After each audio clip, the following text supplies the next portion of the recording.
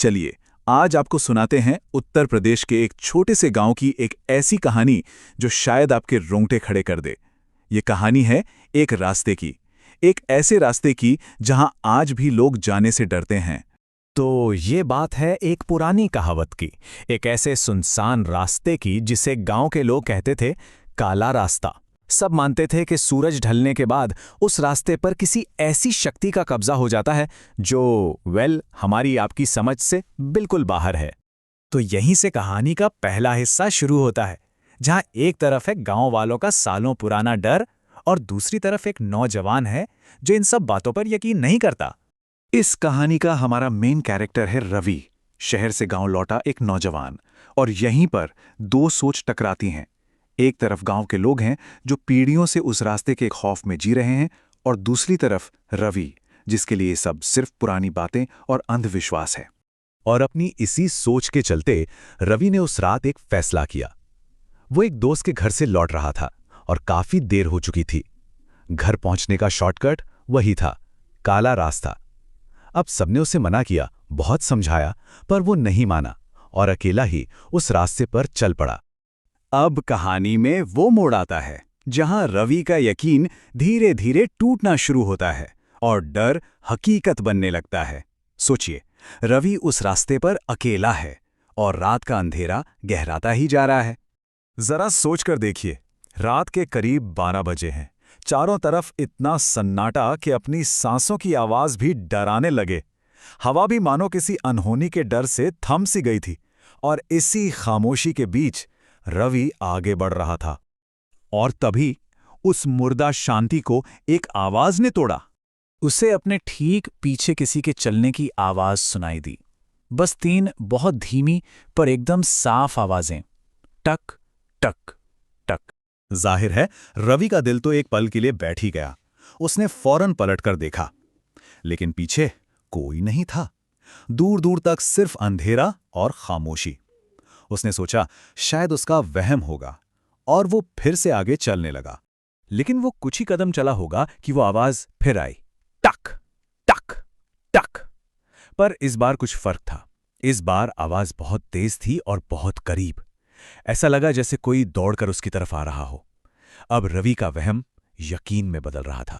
अब डर रवि पर पूरी तरह हावी हो चुका था। उसने भागना शुरू कर दिया, पर जैसे ही उसने दौड़ लगाई, एक ठंडी सी फुसफुसाहट बिल्कुल उसके कान में गूंजी, रुक जा रवि। उस आवाज में कुछ ऐसा था कि उसके कदम वहीं जम गए। और अब कहानी उस मोड़ पर है जहां रवि का सामना ठीक उसी चीज से होता है जिसका डर गांव के हर इंसान में बसा था। ये उस रात का और शायद रवि की पूरी जिंदगी का सबसे भयानक पल था।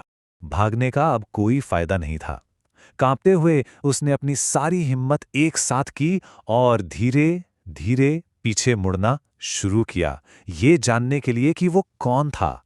ये उसकी जिंदगी की शायद सबसे बड़ी और आखिरी गलती होने वाली थी। और जो उसने देखा वो किसी भी बुरे सपने से ज्यादा भयानक था। सफेद साड़ी में एक औरत थी। उसका चेहरा पूरी तरह से झुलसा हुआ था। उसकी आंखों की जगह सिर्फ 2 गहरे काले गड्ढे थे। और सबसे डरावनी बात, वो जमीन पर खड़ी नहीं थी, वो हवा में थी। रवि की एक जोरदार चीख निकली। वो पागलों की तरह भागा, बस अपनी जान बचाने के लिए भागता रहा। पर यह कोई आम पीछा नहीं था। वो जितनी तेजी से भागता, वो साया बिना हिले डुले उसके और करीब आ जाता। भागते भागते रवि का पैर लड़खड़ाया और वो जमीन पर गिर गया। उसने हिम्मत करके पलटकर देखा तो वो भयानक साया ठीक उसके ऊपर था। और फिर उसने फुसफुसाकर वो शब्द कहे जो रवि के दिमाग में हमेशा के लिए छप गए। तो उस डरावनी रात के बाद आखिर हुआ क्या? रवि का क्या बना? कहानी का ये आखिरी हिस्सा शायद इसकी शुरुआत से भी ज्यादा परेशान करने वाला है। अगली सुबह जब गांव वाले उसे ढूंढने निकले तो वो उसी सड़क के किनारे बेहोश मिला। उसकी आंखें डर से पत्थर हो चुकी थीं, पूरी खुली, पर उसकी जुबान पर ताला लग गया था, जैसे किसी ने उसकी आवाज ही छीन ली हो।